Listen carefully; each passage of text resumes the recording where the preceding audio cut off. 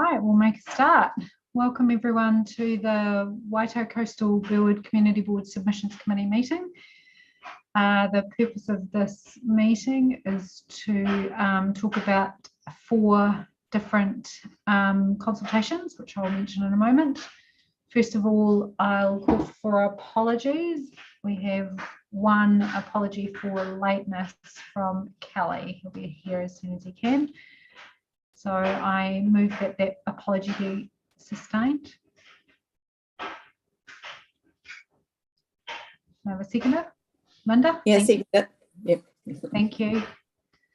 And can I ask if there are any declarations of interest to for any of our group? No. No, not for me either. And then I move that we suspend standing orders for the duration of the meeting. Can I have a second for that? Yeah, I'll second it. Thank you. And all in favour of that? Aye. Thank you. Okay, so the 4 plan changes that we're going to talk about are the coastal and business choice plan change, the draft coastal hazards plan change, the draft heritage plan change, and the draft radio communications plan change. They're all connected to each other, but we did agree that we would want to submit on all 4 and separately. Presumably they are all separate consultations. So the first thing, just to confirm for your sake, Cindy, is that we will submit on all 4.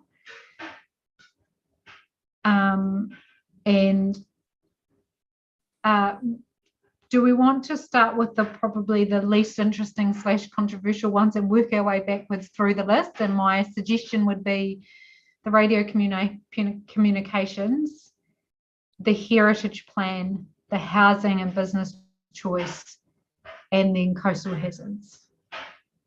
How do we feel about that as an ordering? Yeah, as long as it doesn't take too long, as I need to leave by 6:30. I think we should be well done by then. Yeah.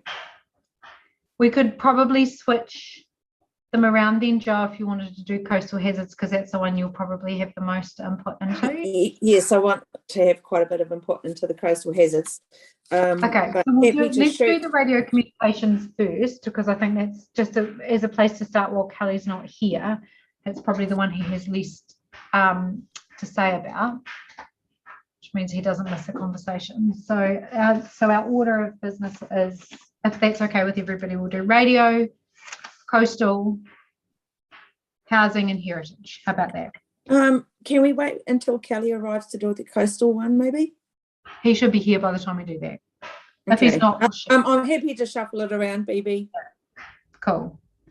Okay, so we'll either do coastal or heritage second, depending on whether Kelly's here. And because he particularly wanted to say a few things about the housing one. Okay. Right, so radio communications plan change. What's our views on this? Just grabbing it up. It's not particularly. Turn on your microphone, Linda. Oh, you must have thought we were ignoring you. Sorry, Linda.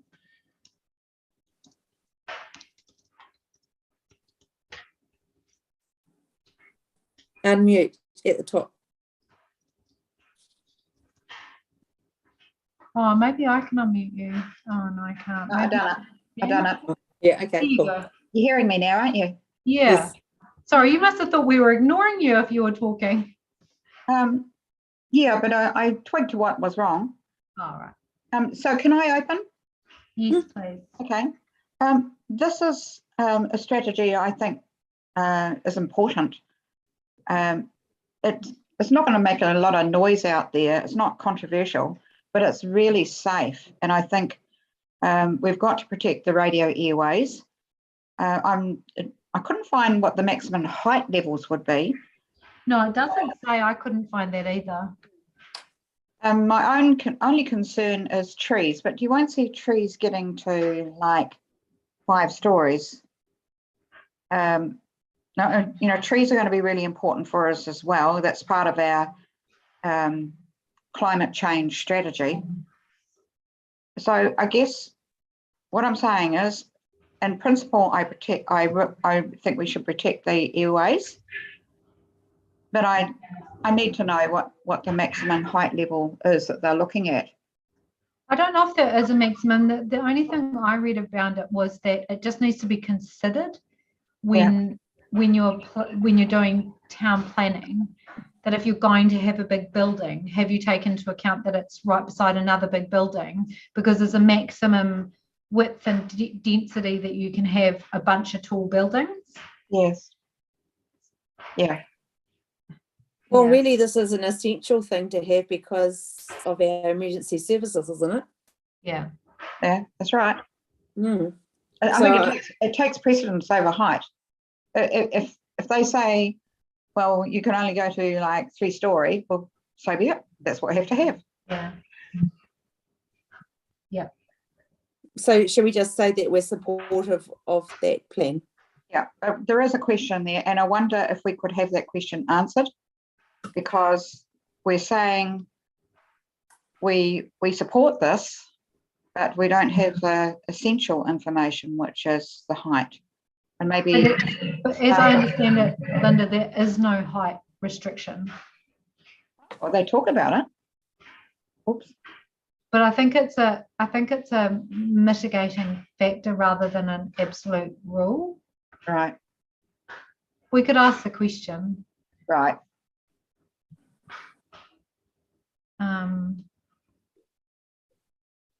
Yeah.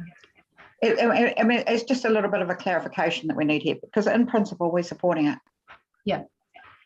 I like your point too about the conflict. There is a potential conflict with the climate change strategy if you're putting rules around tree height. Then does that mean potentially you're chopping down a tree? Yes. If you don't have good cell phone coverage? Yes. Or, I mean, to not plant a tall tree in the way, that's fine. But to not to remove a tree because it's in the way, that would be problematic. Yes, I agree. Yeah. Okay, so I'll make a note of that. Sorry, baby, just let me know when and if you want me to put the template up and I can type some bullet points for you. Yeah. Do we want Cindy to do that? Is that helpful? Very good. Yep. Thank you, Cindy. Thanks.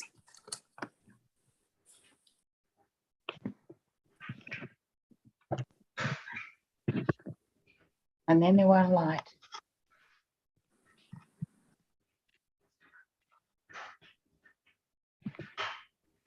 Did you want to put the template up, Cindy? Just bear with me for a moment. I'm just trying to share the screen. Oh, yeah, Thank no worries.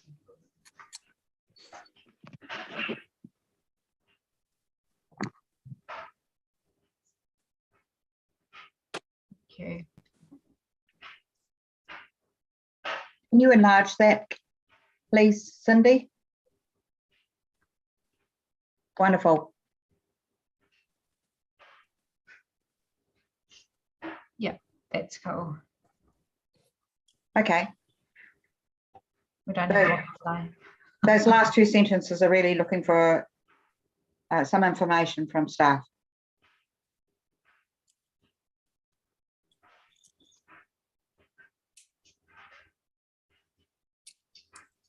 Yeah.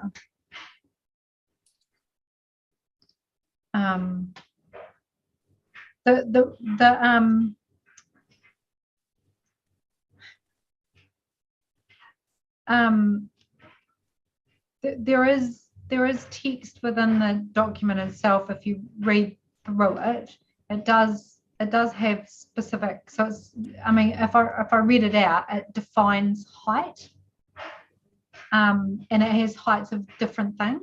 So utilities and traffic lights and all sorts of other things, as well as buildings. Yeah. But not buildings as far as I can see. Okay. I might be a bit cautious, but having an idea of just what is maximum height would be useful to know. Yeah, so for example, for an aerial, it can't be more than 2.5 meters, and for finials, it can't be more than 1.5 meters. That's above the height of the building. For chimneys, it can't exceed 1.1 meters. For a pole or support structure, like a lights for a training ground, it can't exceed 40 meters. Okay. So they What have was it coming kind to of mind? they've listed them all off. Yeah. So we do have some TV aerials like this one in South Brighton on the main, on the estuary, on the southeast side. That's quite a height. But I imagine that's part of the. I think it's a TV aerial. From memory, it's a lot of years since we've even looked at that. Right. They have a whole table of maximum heights. Okay. Well, I'm happy. Okay, cool. All right, so let's move on, shall we? I'm just finding my screen again. I've lost you all. There you go. All right. We're just giving feedback on this one. Cindy, is there an opportunity to speak to it? Or is it this one just a feedback? I didn't read anything about that.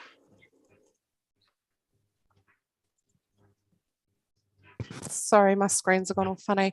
I'll get clarification. So when I stop screen share, I will have another look at the consultation page that informs if there is. I had a look. It didn't seem like, because they have information sessions. Okay, I can clarify that before we finalise the submissions and submit them, so we'll know what the plan is. If we do have an opportunity to speak, do we want to? I think if just to chip in there, because while Cindy's screen sharing, she probably can't get to the other page. So this is just feedback ahead of the consultation. So this is feeding into the document. So you wouldn't normally have you won't have a chance to speak. You'll get a fuller document to consult on in August. So at this stage, they're just sort of getting feedback into the consultation process, I guess. Yeah. Okay. Thank you. That's what I thought. All right. So should we move on? Yes. Yeah, the only thing I was going to say is they will actually give us all of the locations that they are talking about. What do you mean? The locations where, where the radio waves have to be kept clear. It's mostly throughout the city between the emergency centres, isn't it? The pathways. Yeah, yeah. I think it's I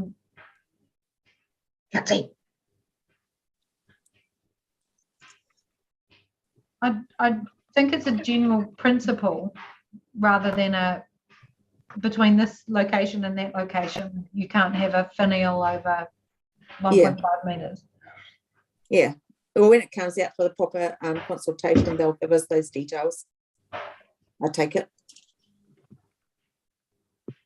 As to where these things are located, or the ones of concern are located. So you're looking for a plan that looks a little bit like a flight plan, or a noise, a flight plan has a noise levels. So you're looking at a map like that. Yeah, so the I consultation think the biggest concern is just the one in the central city with the building heights.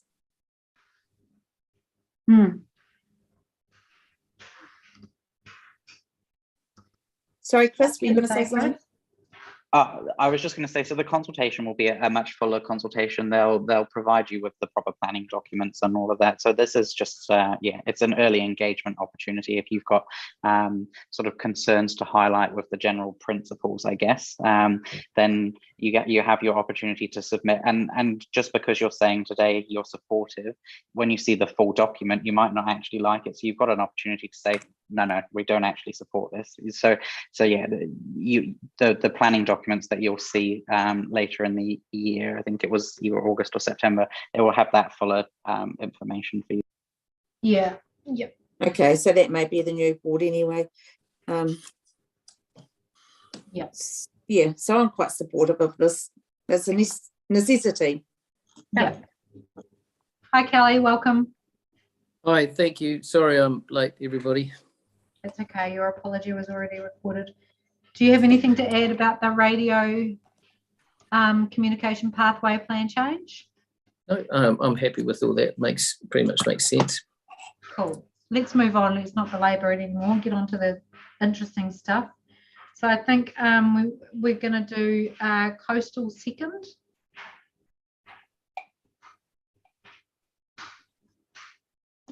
Who wants to kick us off with their thoughts? Do we want to go through the questions? Pop those up again. Yeah, I know Joe's got quite a bit she wants to input here. I'd really like to hear what Joe says, and then I can cross off on my list the things that we agree on. Yeah. Yeah.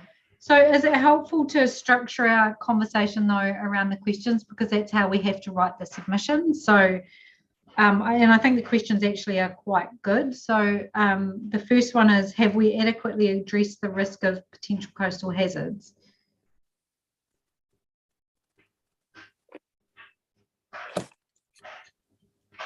I can't read that.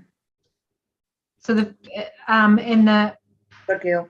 Thank you. And so it's a yes, no, but also we can have comments. So Joe, do you want to kick us off with your thoughts around this one? Well, they've adequately, the answer is yes.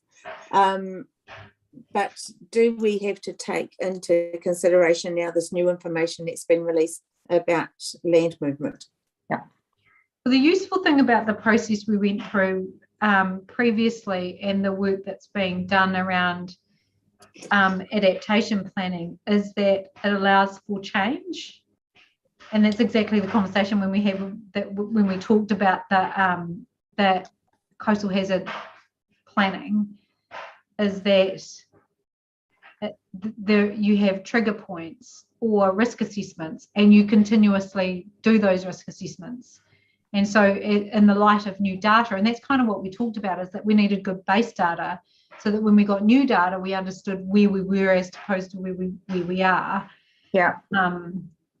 Reportable measuring standards. Yeah, exactly. Yeah, and that still stands. But as for the district plan change, that isn't as much as an adaptation scenario as something definite. But what I'm saying is that the risk is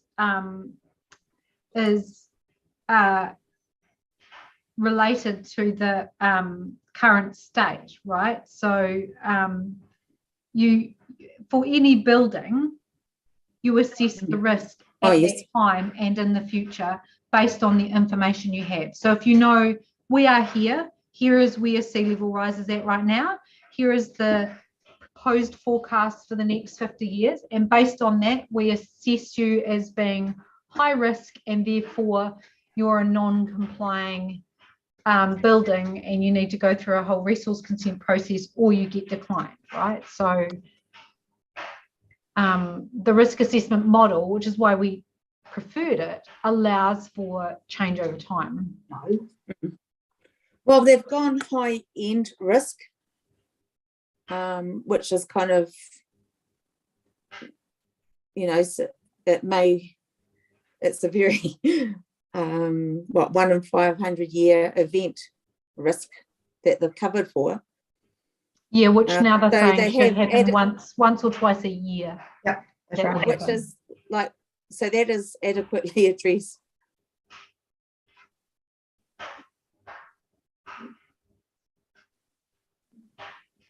Yep. So you think that it adequately addresses the risk? Yes. Yeah. But, I mean, with this new information out, should it be included in the district plan? should they actually put off any changes until they've actually looked at No, new because data? it's, I don't think so, because it's constantly going to be changing. Like It it'll will, change again in yeah. 2 years. We can't keep changing the district plan every time we get sea level rise. Okay. I tend to agree with BB on that point. Oh, sorry. My pup is a real challenge. She doesn't know what stop means. Go away. Go on out. That makes her sit down. Right. Where was I? Oh, I hate that when that happens. You were agreeing with me. I was enjoying it. Really? Yes, but I think we have to emphasize that we want the new information that's come out on the 2nd of May always to be considered. I think, because we want as you said, we don't want to keep changing the district plan because that's so onerous and time consuming, and it doesn't leave people any clearer for what their options and choices are. But it's really a plea. Well, one of the big issues is that information that's just been released is only up to 2011, and our geology's changed a lot, or geography, should I say, between 2011 and now. Yes. Yeah, and there is more data, but it just hasn't been included in this information that's been released. So the information is less accurate for us than it is for other coastal communities. Okay, so we think the risk is being adequately addressed. So the other thing that I would just say, and we said it in our last submission, is that risk assessment can be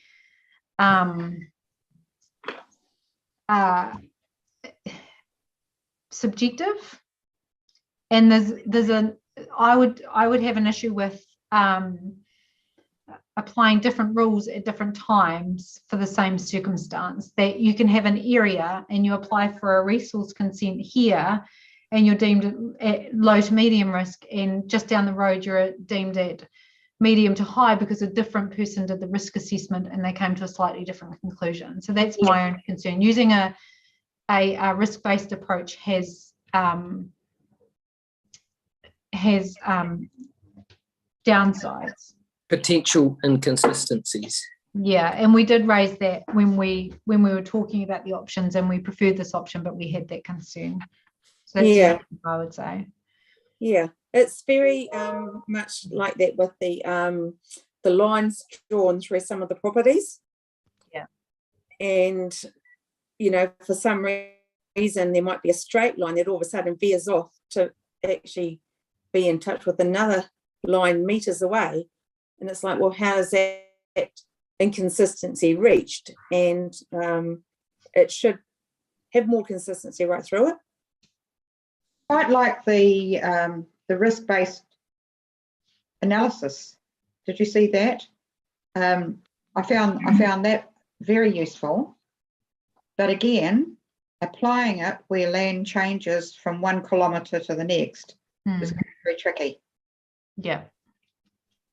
Yeah, so we can just make a note about that assessing risk comes with its own risks.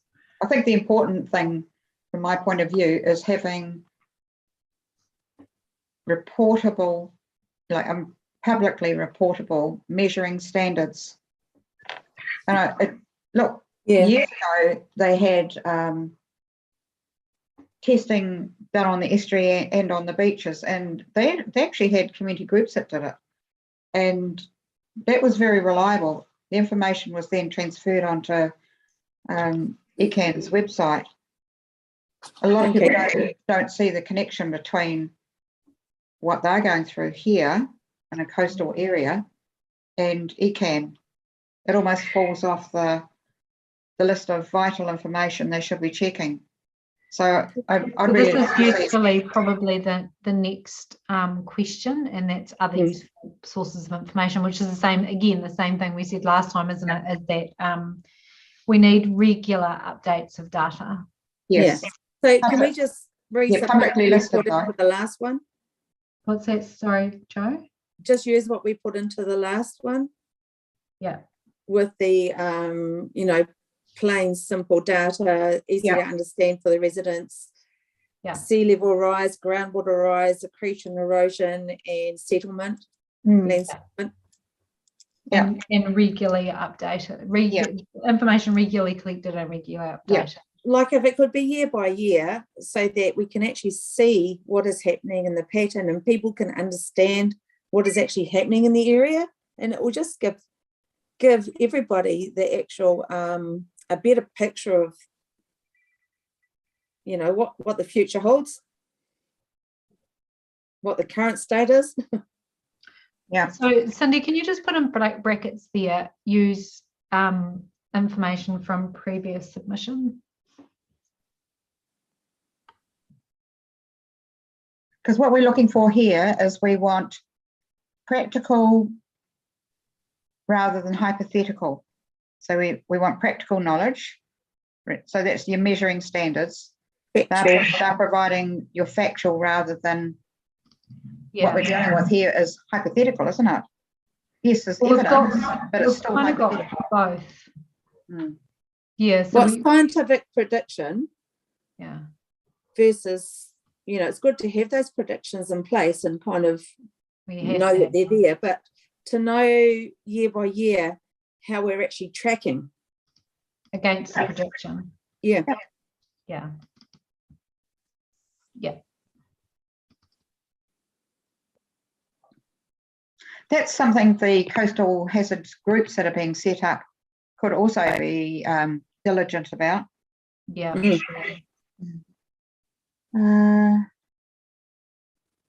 Yeah, so I'm just looking at the last one. So we said that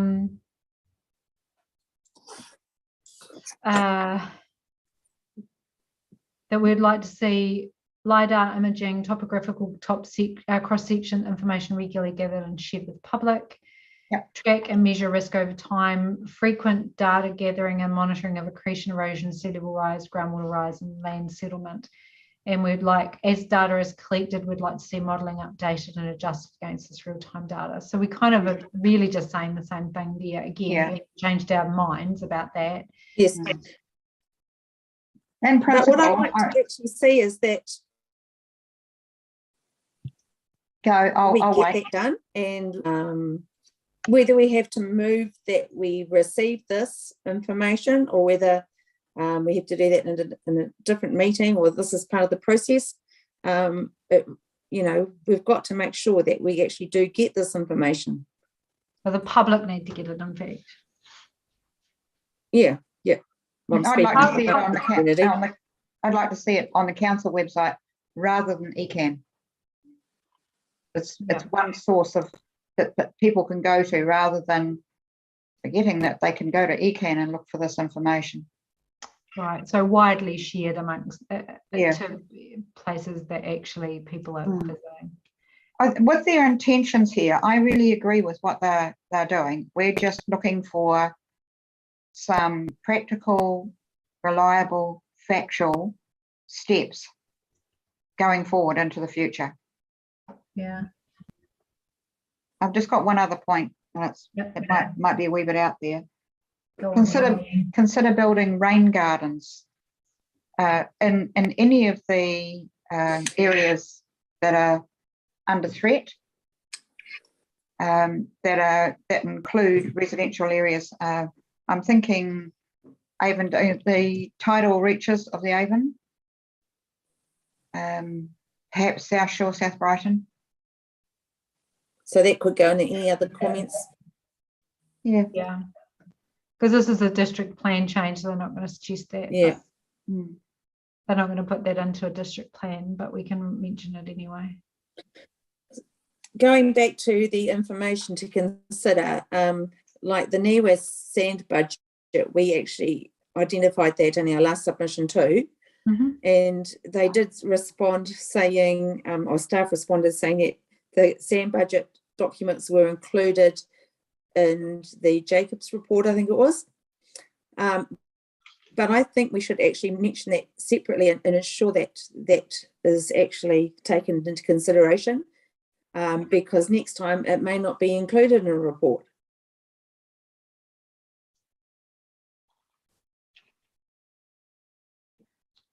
What do you mean? The NIWA sent budget, in our last submission, we asked for that to be included in the information that they should consider. Okay. And you're saying that what? It should be still considered. When? And apparently, oh, you went at the thing the other night, were you? No. The online webinar. So that was discussed at the webinar, and people wanted to know, wanted the sand budget included, but staff said that the sand budget was included in the Jacobs report. Yeah, I don't think we did mention it in our last. So they didn't need to include, but I think we should actually. Yeah. Pardon? We missed a bit of that, Jo. You froze. So say, BB? I don't think, did we include it in our last submission? I don't think we did, unless it was a late edition. Yes, we did. Well, it's been raised by our community, so I think we should go with it. Yeah, I mean, I'm reading it. I can't see it in here, Jo. The sand budget report. Yeah. Yeah, so that's, it should be considered. So it's a NIWA, oh, I can't remember which year it is. It might be 2011 or 2014, sand budget report. And that information should be included or considered amongst all the other information that they're looking at for the plan change. Cool. Staff said the other night, because the question was asked about the NIWA sand budget, that because it's included, they're not going to put it separately. But I think we should ask for it to be listed separately so that it will be included in future reports. Yeah. What, like, I'm not sure how this relates to the plan change though.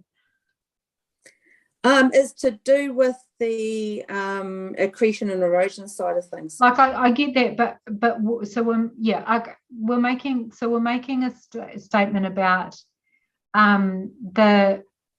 the plan change. So in advance of the plan change, we're asking them to consider this information and make sure that it's included, which they have if it's in the Jacobs report. What you're saying is that over time, you also want this information to be included and provided to the public so that we understand what the sand is doing.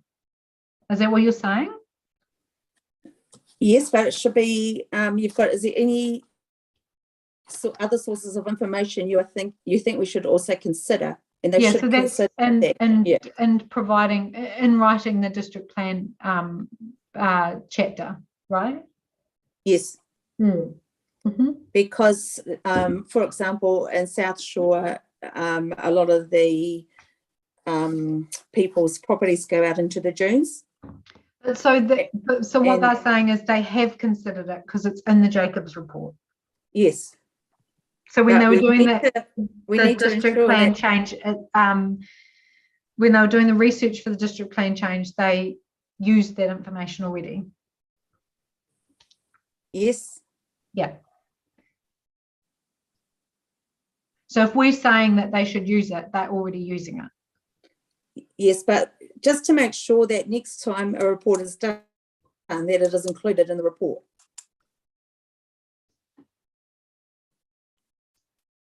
Yeah. So so the sand budget should be included in public information that's provided. Is that what you're saying?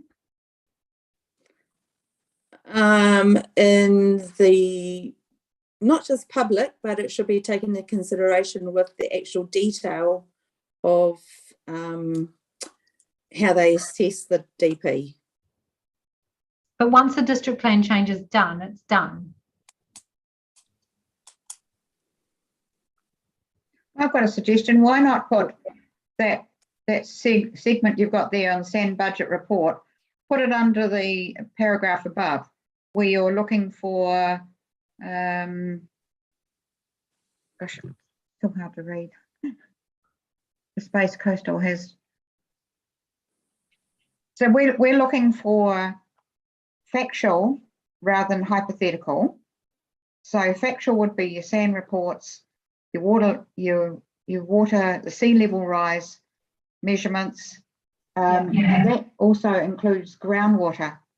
So groundwater will be largely around built up area. And I think that's really important. So that's what is in the previous submission that I read out. So it's groundwater, sea level, erosion, accretion, land settlement, and then frequent land and data gathering. Okay. Is what we said. So that will be included. Okay. But Yeah, I'm just not sure. I'm just not making the connection, Joe. What you're saying is, what I hear you saying is, you want the SANBID budget report included in the research that goes into district plan change, but they have said that it is included in the research that goes into the district plan change. So are we just saying we're happy that they've done that? Or do we want them to do, because they're not going to make another plan change. So if we want them to be doing more. No, well, if it's included, we just want to make sure that it's included in the future ones as well. I don't know if that relates to this or whether. And so that's what I was just checking. So what we're looking for is when they do reporting in the future, public facing reporting in the future, they should include this information. Yeah. Right. Yes, please. Okay. Cindy, can you delete the information you've got in there and just put SAN budget report dash, make sure that this is publicly collected regularly and publicly available. You're good. Yeah, excellent. Thank you. And then remove that other part. I've got one other point. Thank you. Yeah. And this is what I feel should be our opening statement, that the coastal hazards management is a whole of city concern, not just coastal. Because the information we've got really is only on our coastal areas. It doesn't include the tidal parts of the Heathcote and the Avon River. And there are concerns in those areas that are going to fall through the cracks simply because the work that's been done has really only been on the coastal suburbs. Yeah, that's good. I've made a note of that, Cindy, so you can, so opening statement. Yeah, nice, powerful one. Yeah. It's kind of really concerns me. Yep, Joe? Yeah, I was just going to say that really concerns me because they up the river and where the land has dropped from liquefaction, they're going to be really affected. And you mean my suburb? By they you mean yes, Coastal-Burwood, Dallington, Parklands dropped half a metre. Yeah, even in the city, like through where the Metro Sports has been put, it's but so that is included in the district plan change. So one of the elements of this, right, is that the risk assessment is dependent on the information that's in the Tonkin and Taylor report around flood zones. So that is included, and that goes all the way up the river. Yeah, good. So that's the flood management areas. Yeah, so areas like Cranford Basin, Flockton Basin, they may yet again get groundwater issues, and stormwater management may become an issue again. Yeah. So what I'm been trying to say about this is it's the whole of city. Yeah. I think that's Wairarapa Stream, you know, Avonhead Stream, this whole city thing. Yeah, and even if you live nowhere near a river, which is actually quite hard to do in Christchurch, then you're impacted because infrastructure will be impacted all along the network. Yep. In the same way that, you know, after the earthquake, we were impacted as an entire city, even though the east was more impacted. It'll change all of the things that everybody's doing. Yep. Yep. So I'm more concerned about groundwater here than tsunami. I mean, tsunami is, Yeah. well, you're a believer or you're not. I believe in there is a chance. It just depends on where it's come from. South America, sure. On a high tide, yes, that would be a significant event. And the Pikarangi Trench, that's a short one. But I think if that happens, we're not going to have a lot to say about it. Get your inflatable out. Yeah, it would have to be a big one. I'm pretty happy with that. There's nothing really that I want to add. Have we adequately addressed the risk? Yes. Are there any other sources that we need to consider? I don't think so. Do the draft objectives policies strike the right balance between risks and coastal hazards? Yes. Are there any rules that should be removed or amended to make the plan more efficient or effective? I reckon that should be something that is ongoing because things will change and people will have comments to make as they become more aware of what's happening around them. So that might be something that would need to be fluid. Yeah. And in terms of any other comments, my main concerns revolve around pinning down what the changes are likely to be and communicating that to people, because with all the talk of climate change, and there's an awful lot, it's kind of it's an unfixable worry that is kind of put out there. And I've been heartened to see statements recently where various commentators have said, look, or various pieces of information, even some from Christchurch City Council have said, look, we need to prepare for this, but we've got it covered. And I think that's really important for people's mental health. Like people don't like being blindsided with information and with the fact that they can't build and things like that. Yeah. Anyway, so I'm happy with all that. Can I just ask one wee point about the rain gardens that I mentioned before? Yeah. Rain gardens, I mean, is that something that the district plan has to cover? Or would that come under like a stormwater management? Yeah, well, because this is about enabling versus regulating and restricting what you can and can't do, and something's either a qualifying matter or not. So it would just be whether or not it's an enabling activity or not. Can you put a rain garden in somewhere? Yeah. In the district plan, it would be a risk mitigation, I assume. But I don't think, like, the district plan is bigger than that. Higher level than that. Okay. It does talk about earthworks and structures, but yeah, the only other thing I'd like to add is I agree totally with Linda regarding the focus is a bit too much coastal, and the ramifications for the rest of the city are something that seem to get swept aside. But yeah, so I liked the idea of that as an opening statement.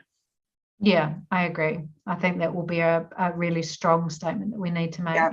Lots that of we're all in this together. Yes, I agree. Yeah. Lots of 10-cent words, please. Whatever that means. 10-cent words. We just get How grief towards the coastal ward about the coastal hazards, and yet people don't realise they're going to get affected by this all over the place. Yeah. And in fact, we want the ward renamed East Christchurch and take the word coastal out altogether. Okay, so in general, the draft objectives, policies and rules strike the right balance. We agree, yes. Yes. And I'll just make some statements about, you know, the fact that, yes, we're happy that the risks are managed, but actually it still lets people build their houses and do the things that they need to do, provided they're not in a risky area. We've already settled that when we chose the option of a risk-based approach. And then, are there any other rules that could be removed or amended? We think not at this stage, but I'll make that statement. I've written down what Kelly said about it's an iterative process. If you just put iterative process there, Cindy, I've made some notes about what Kelly was saying. So is everyone happy with that? Yes, absolutely. Do we need anything about critical infrastructure, or is that just covered in the risk approach? It's very definitely in the risk-based approach. So that's one of Council's primary focus is on their infrastructure. They're less focused on our infrastructure, but that's our risk. Yes, I just saw one of the questions the other night from Sumner Way, where people were concerned about the coastal hazards impacting their storm water for all the houses up on the hills. All their water comes down, and it's actually going to make it worse down there if they block off those kind of assets. So retaining those things is really critical. Yeah, and that's exactly what it's doing. I wonder if the policy shouldn't be called, and of course our stormwaters, because it's the coastal hazards something policy, isn't it? It's a chapter in the district plan. I wonder if it shouldn't be called Christchurch/coastal hazards. Yeah, I think that's a really good point to make. Yeah. Good call, Linda. Yeah, because it's an olive city. You know, when you look at it, our coastal suburbs have a lot of industry, which equals employment and economic benefits. It's as much about that as it is about insurance risk, which is that's going to be a whole new ball game for people. Sure is. But if you suddenly wiped out all those businesses on Ferry Road, over in Waltham, around that area, over in Bromley, you're taking away a lot of industry. So I think it should be, we could ask that it be called Christchurch/coastal. Yeah. I'll make a note of that. I'll put that in our opening statement. Yeah, good.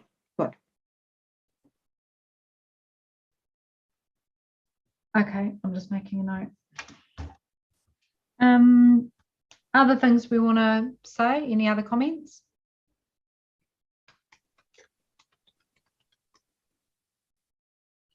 No, I think we should give them some praise, because this has been a very hard episode for them to get through, and for the community, and it's taken a lot of drive and initiative on both sides, not to be unnoticed. Yeah, I agree. I mean, it's a hard conversation to start having, and it's good that we are having it. Yeah, make that the closing statement. Yeah.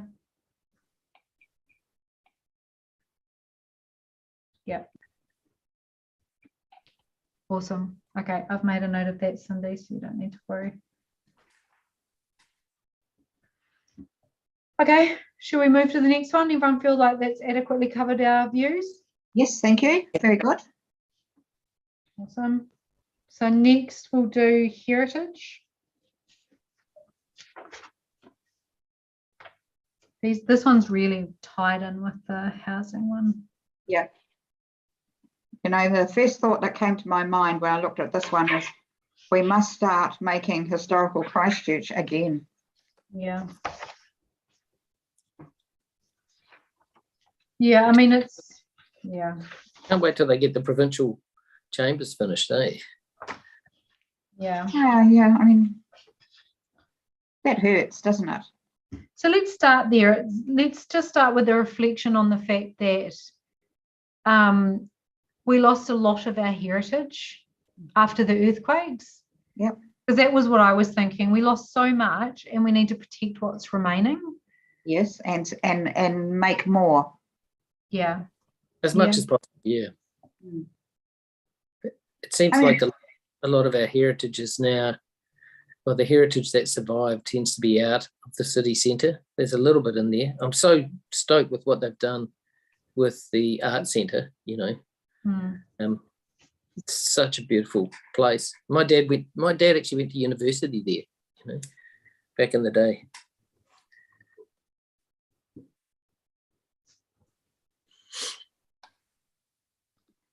What about a statement around Garden City? Because that's a heritage thing. Yes, we're losing that, that's for sure. It's a balance between exotic and native protection and heritage work.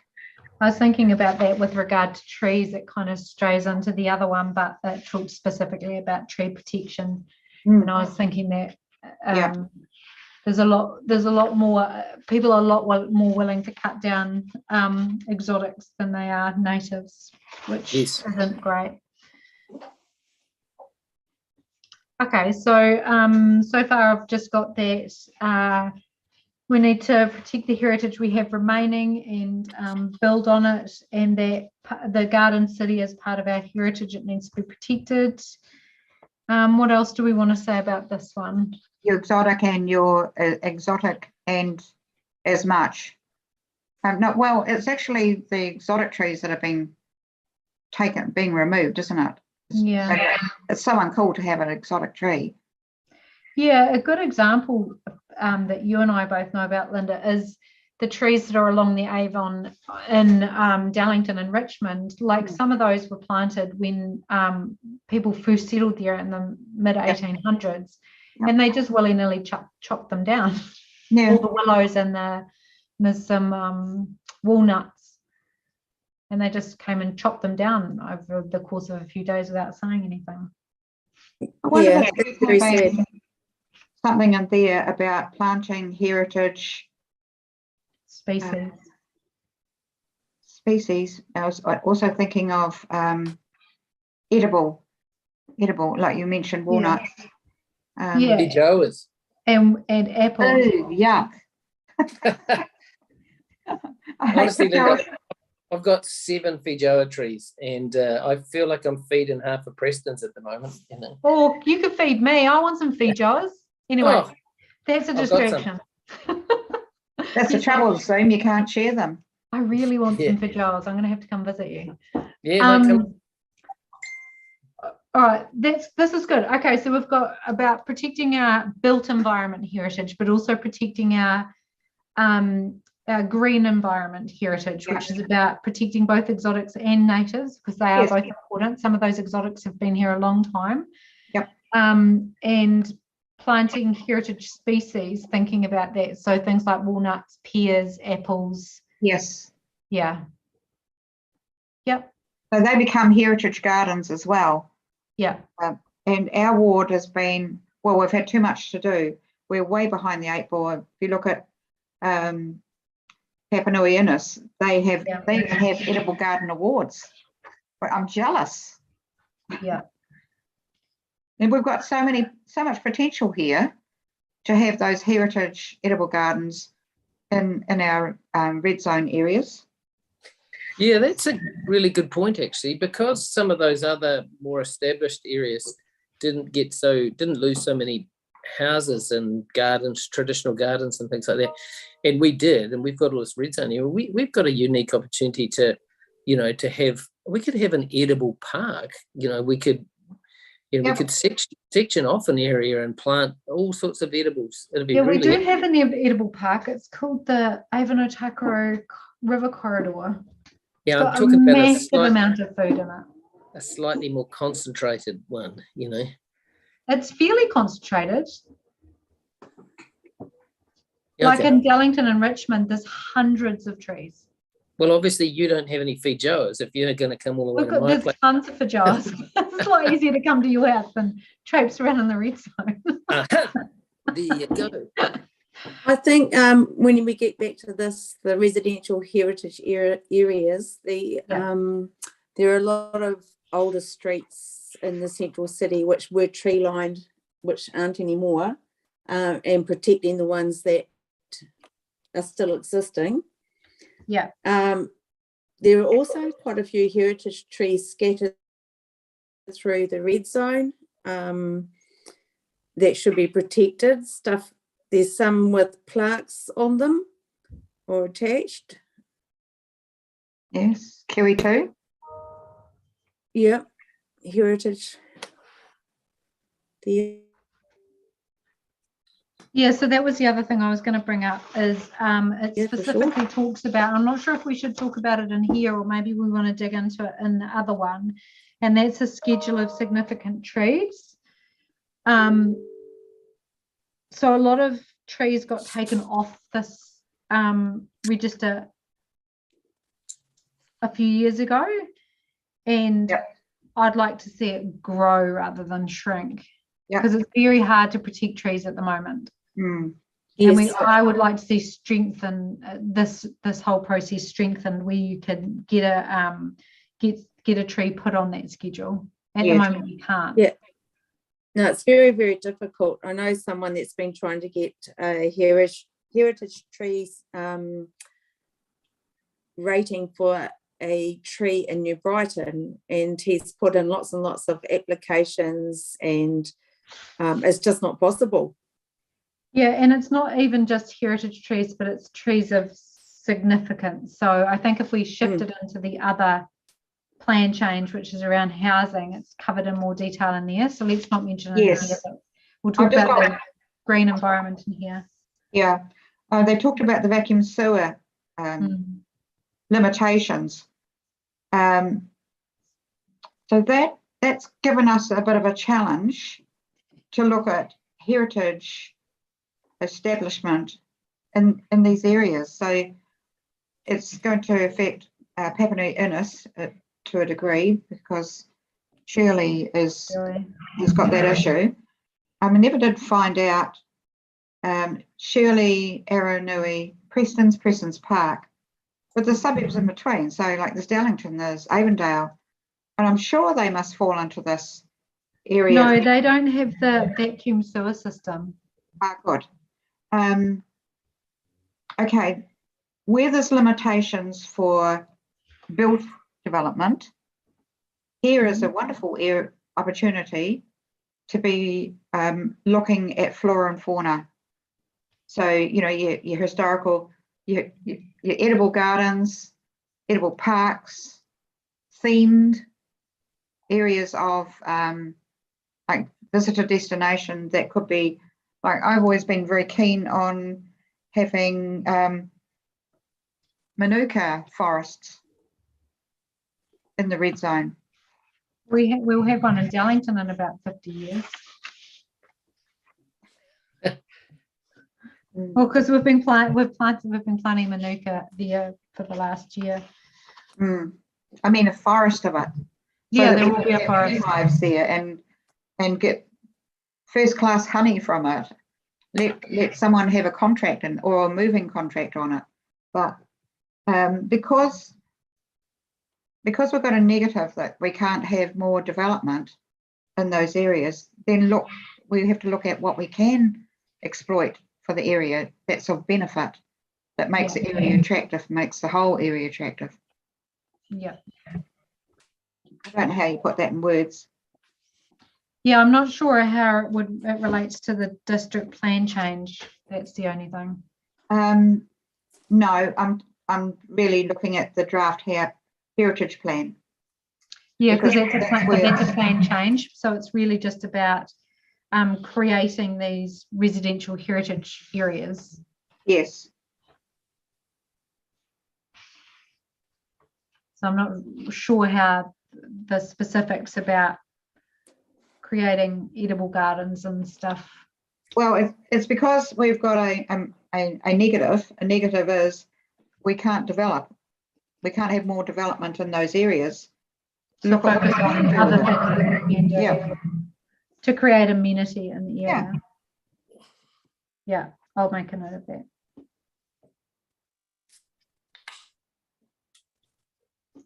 Other than that, I think it's I support the thing. It's good. Yeah. Any other comments? Shall we move on to the housing one? Okay. All right. Questions here. Are we proposing the right areas of development above 12 metres? So the areas are, just looking for them. So they divide the areas into neighbourhood centres, which would, so that's areas like Richmond.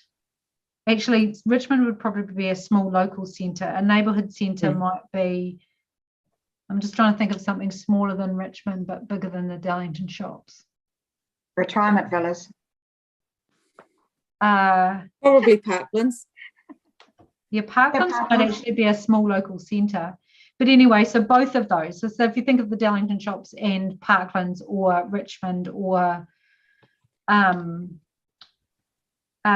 Preston's, where Flax is, somewhere like that, they are either neighbourhood centres, which are small isolated community commercial areas, or small local centres, which has a collection of spaces.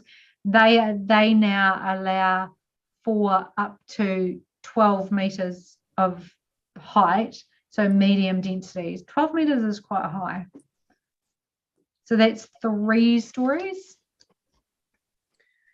And that's what people, I know people in our neighbourhoods are upset about this. I thought that Preston's wouldn't qualify because it wasn't capable of supporting further infrastructure currently. It specifically doesn't, but I'm just talking about the kind of commercial area that would allow for that.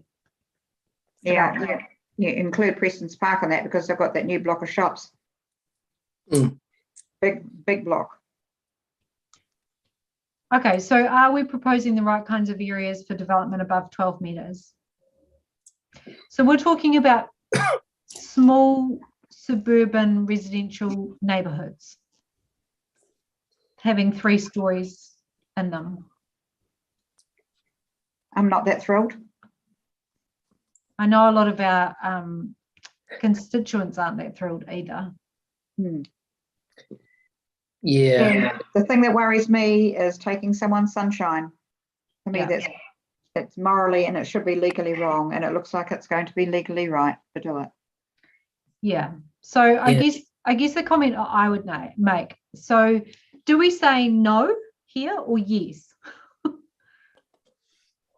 Well, I mean, I'm caught because I see it as a necessity for a maturing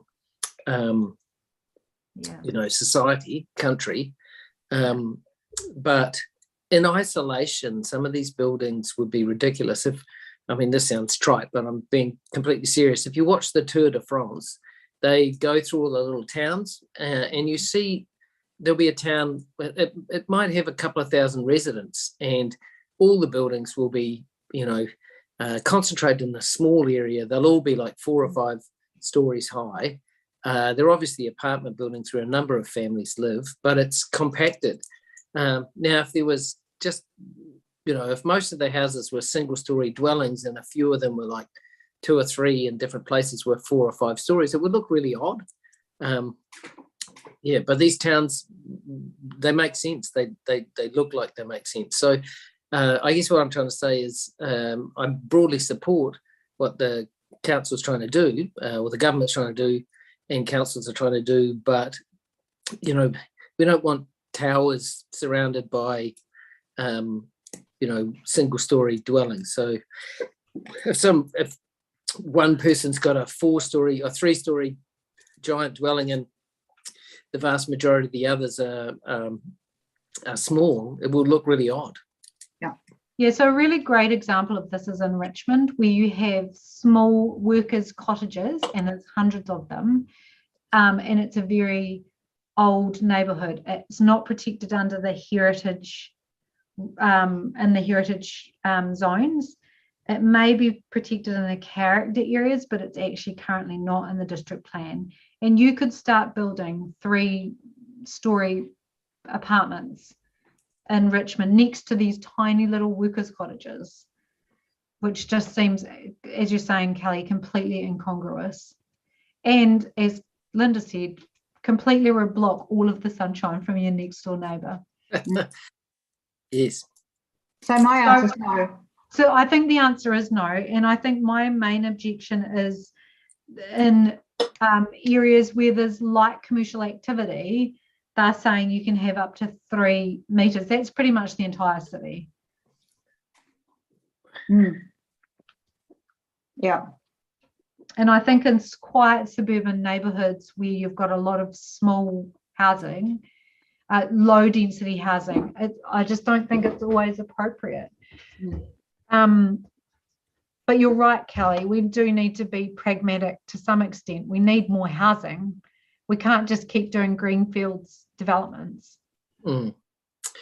Is greenfield development, is that like pushing out into the green spaces? Well, that's like, for example, Preston's Park, where you take arable land that should be used for growing food and you start building housing on it. And we can't keep doing that. No, and they could do it. They could do it. The laws of the day said they could do it. I'm on veggie pot land here. Yep. Shame. Yep, but we do need to stop that. So I can see what the purpose of this plan is. I just want them to be choosy. I just want them to be more choosy about where they do it. But and the fact that neighbours have no right to complain.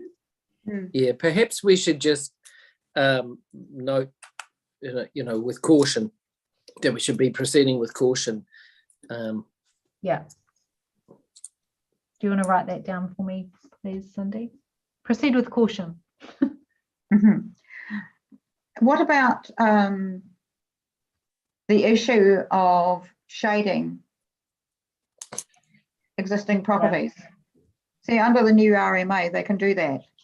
Yeah. Do you want to write that down too? Just, Cindy, if you would just write a note. So issues with shading, because that's been raised a lot when I've been talking to people, is the recession plans allow for a lot more. You're allowed to build closer to your neighbour, and the recession plan can be less steep, which means shading is going to happen, which can ruin your home environment. Yeah. And so you once had a lovely sunny home, you now have somebody else's shade for most of the day. Yeah. And add privacy maybe, because you could get the person next door looking right into your windows. Yep. Do you want to add that in there? Shading, privacy. It has a mental health aspect to it. Yeah. Yep. One thing I would say is that it makes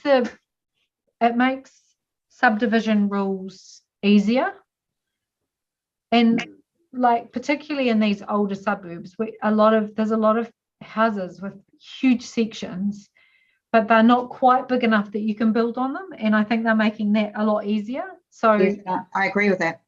And I think that is the way forward, rather than knocking down a perfectly good house, which is, if you look at a house that has trees in it, the house itself is sequestered carbon. Like I live in a concrete house. If I knocked it down, I'm knocking down sequestered carbon that will now exist in the universe, and build, 3-story townhouses. The impact of that is massive to the environment.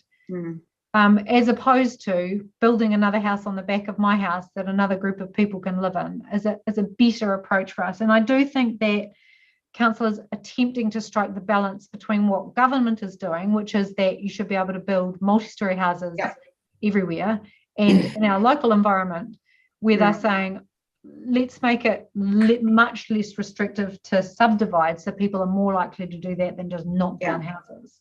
And there's also, the, if you could preserve that house and make the rules a little bit more flexible, so that it could be infill, you're also creating an affordable house. Yeah, for sure. That's a good one. And you've got to look at like transport links and where they're located. Sport, cars, garaging, biking, sport and buses. I feel like the government is kind of trying to solve the problem for really more for places like Auckland and Wellington, and Wellington, and sort of it sort of doesn't apply the same way, I don't think, to Christchurch. But anyway, it does, because we've been taking up good arable land and turning it to houses, so we've got to stop that too. But nobody really wants it in their backyard. Who wants a 3-story house next to them? And if I put myself in their shoes, I wouldn't want this. But for one thing, I want to keep my sunshine. I want to have a crash on the couch in the sun. How am I going to do that if there's no sun? Heat pump. And there's also the choosing locations for garden and trees and everything as well. Trying to keep our canopy. So let's move on to that, shall we? So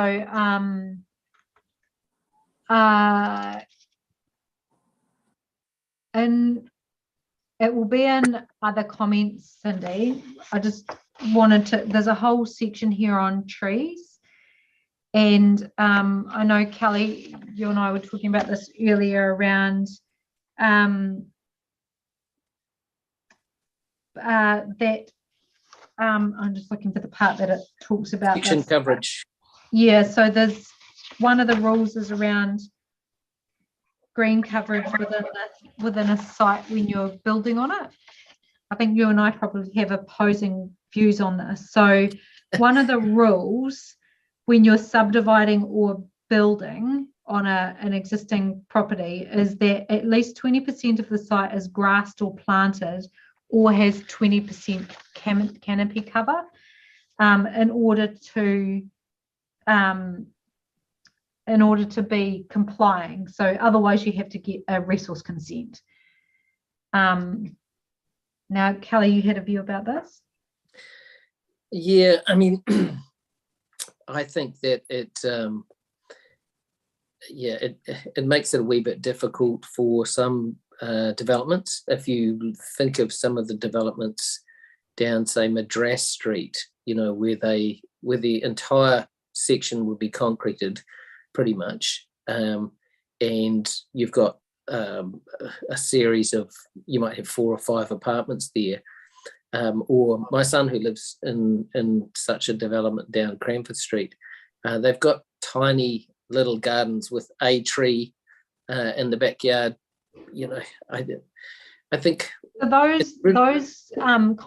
kind of housing is already subject to a resource consent anyway. So they're not subject to these rules.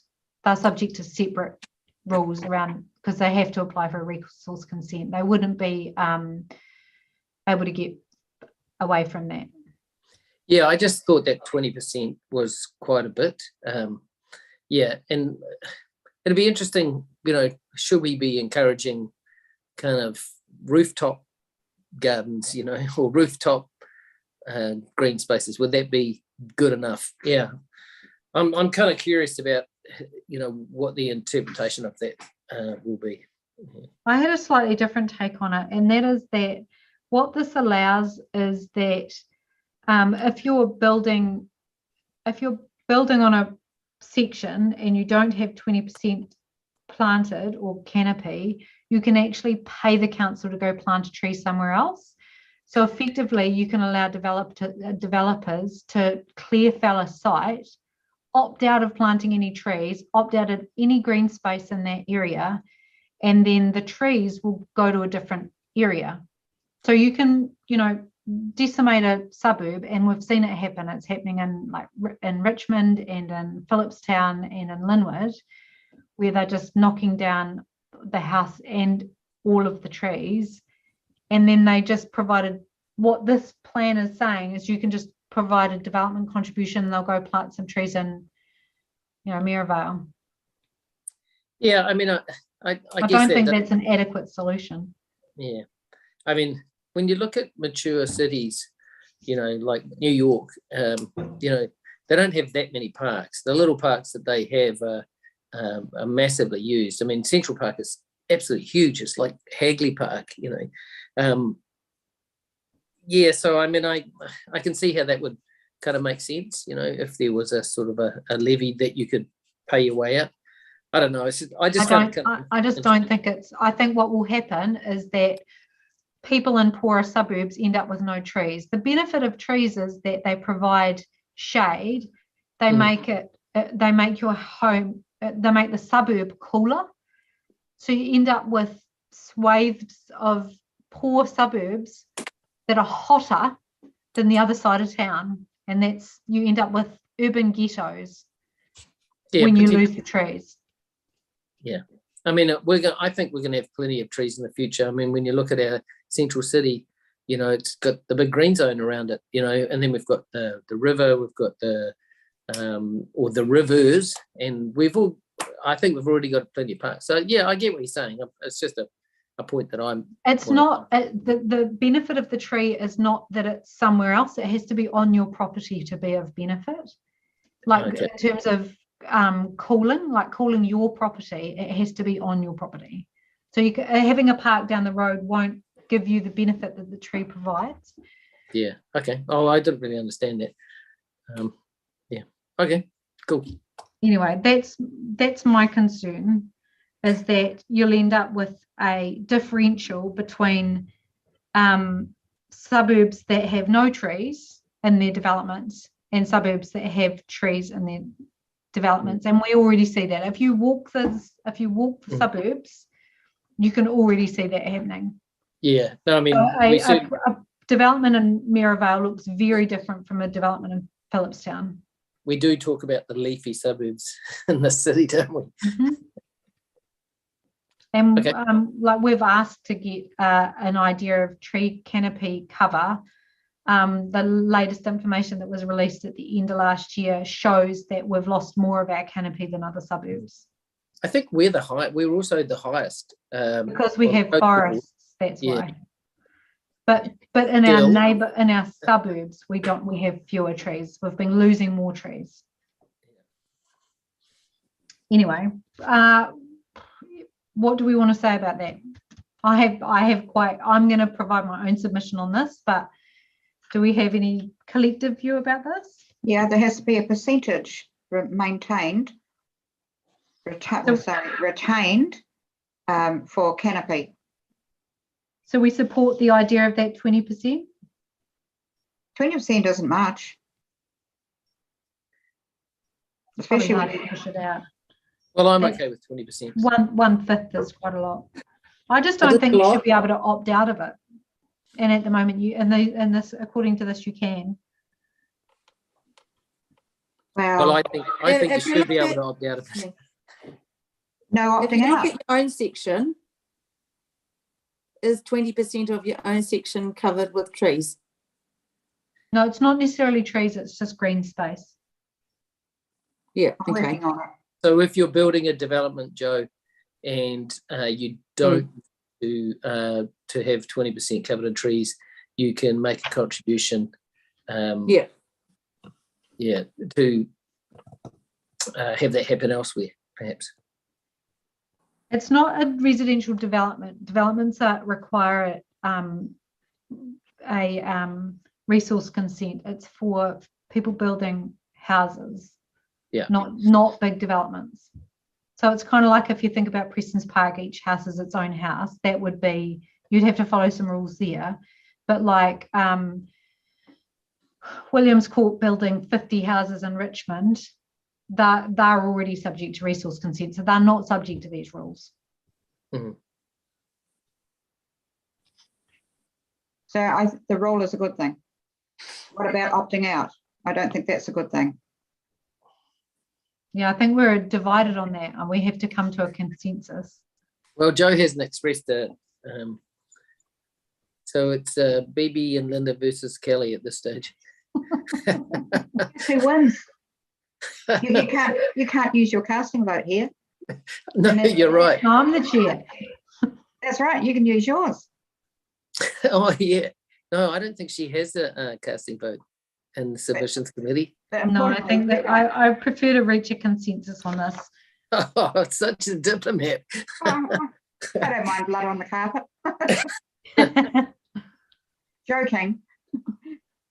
Joe, you Can we going say with that we girls? have, what about that we have concerns I for our side with you, suburbs? Kelly.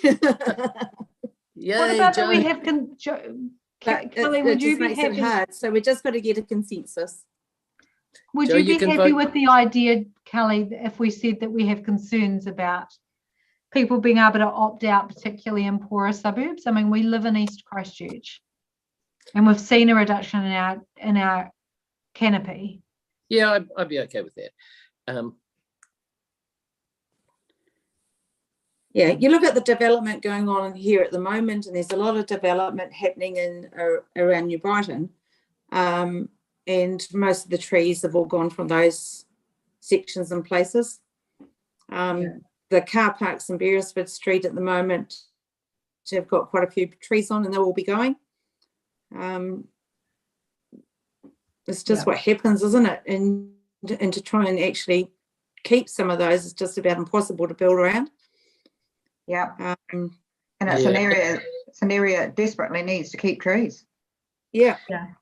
And then of course you get trees in some suburbs, where they're put on the verge and they grow to ginormous heights and bother people in the houses, next door. It's that's a bit of a tricky one.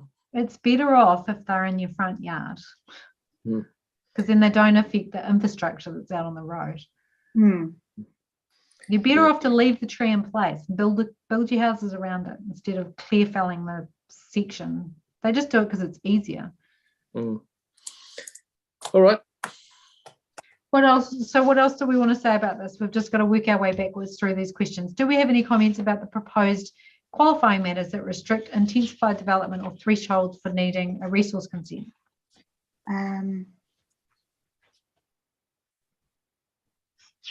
Yeah, this really is the question that we were just talking about. I'm pretty happy with it. I think it strikes a good balance. The only thing I would say is that the tipping point where you don't have to ask your neighbours' approval for things, I have a real concern about that. Yeah, I do too. Yeah. So can you just write in there, Cindy? Okay. Yep. Can you just make a note about rules for needing neighbours' approval? Recession planes and stuff are a problem. I mean, I have some thoughts about that, just in terms of it can be used as a weapon by unreasonable people sometimes. I don't know how you get around that. I mean, it's important that we all get on with our neighbours and that we talk to each other.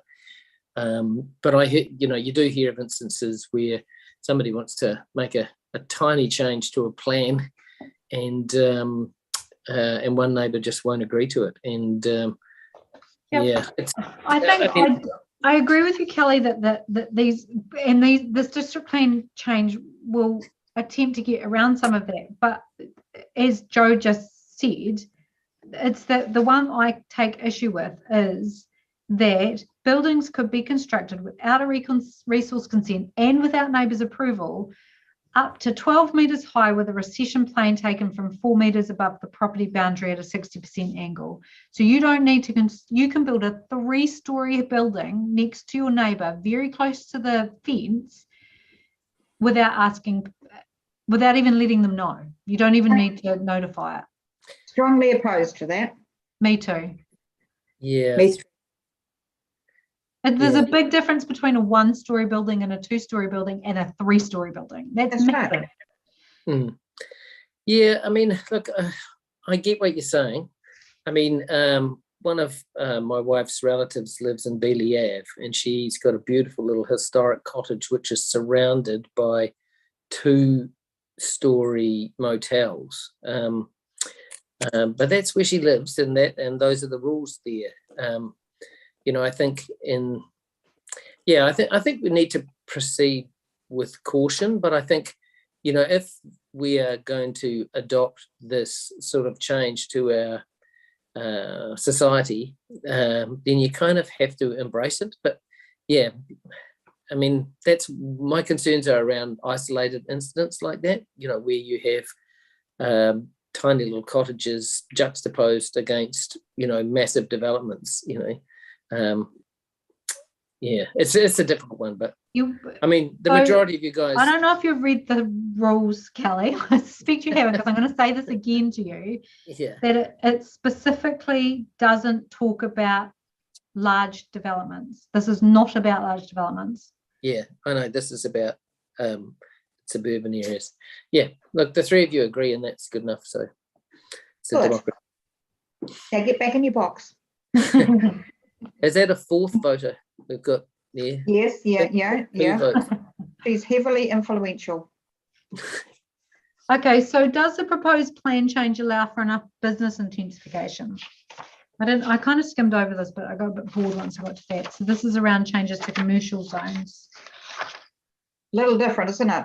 Commercial zones. Yeah, but again, it comes down to what they class as a commercial zone. So if you've got a dairy in your neighbourhood, you can be commercial, which is a bit tricky.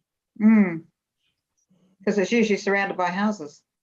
Yeah, so what I would say is yes, it does, and maybe too much. Yeah. That if it's classing a small isolated commercial area like a local dairy and some other shops as a neighbourhood centre that's a commercial centre, I'm not sure that's right. Yes, I agree. Particularly most of those dairies are in former houses. They're actually in housing areas. I bet Kelly has a view on that. They perform a very valuable service. Yeah, but it changes the rules. So if you live next to a dairy or down the road from the dairy, suddenly you're in a commercial area, and it changes the rules about what can happen. Yeah, just because you bought a house next to a dairy. Yeah, no, I disagree with that. I've made a note here, and I can't remember what it was about. I've got building heights above the baseline as a note. Was that mentioned in the document? Yeah. Is that to do with business buildings or residential? Both, I think. It's mentioned. Both, okay. Yeah, I'm not sure what you're calling out. Oh no, I just made a note to myself that I wonder for some reason I can't remember what reason I made that note for. Yeah.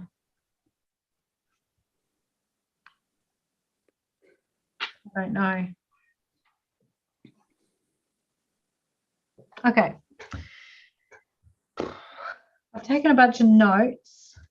I think the main focus, so just to summarize what we're kind of saying, is that I think we all agree that urban development is necessary, but we need to be careful about how we develop our neighbourhoods, that we need to balance the needs for increasing our housing in residential areas against the fact that we're in a climate change emergency and we need to retain our green spaces, and also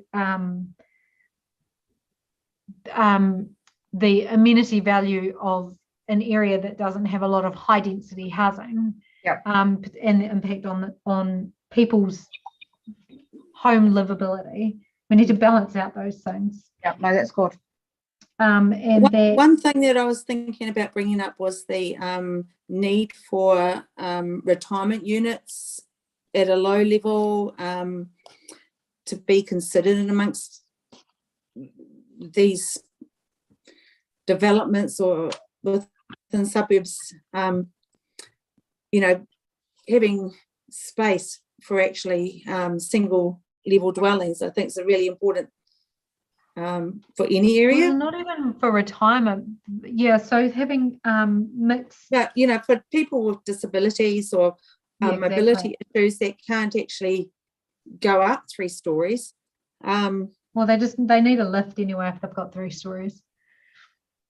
Yeah, I don't know if there's consideration in the district plan about those kind of developments being next to 3-story developments and fitting in together like cohesively. Yeah. The way they're allowed to do it at the moment, now imagine it will get worse, not better, is they build whole retirement cities. Yeah. That's what they're doing in golf links at the moment. Yeah. Yes. But even bigger than that is Burlington on Preston's Road on the Redwood side. It's huge. It is huge. How does that? It becomes a community on its own, which sounds great. Yeah.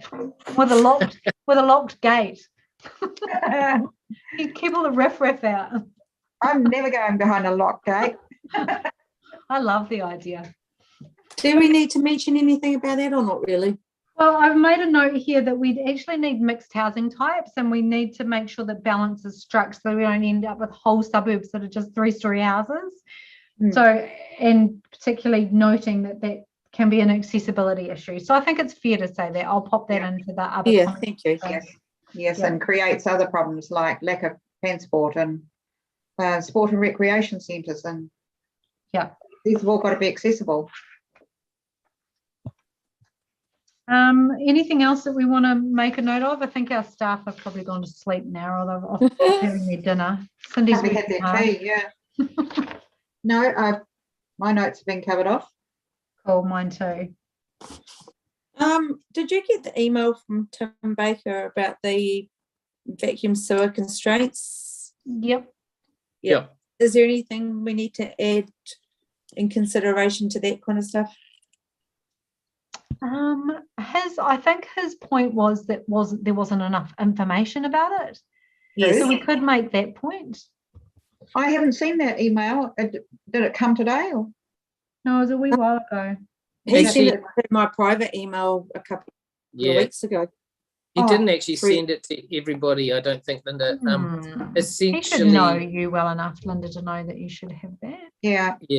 I mean, he basically was, his concern was that the restriction on development in certain suburbs, including Preston's and Aranui, and his concern was that, you know, there are always going to be people in those communities who might like to have a granny flat or something on the back of their house. And I think, Bibi, correct me if I'm wrong, he wanted to make the point that should be exempted and that people should be able to have an extra dwelling if they needed to for a granny flat or that sort of thing. And he was basically seeking clarification around that. Wasn't really something that we could answer.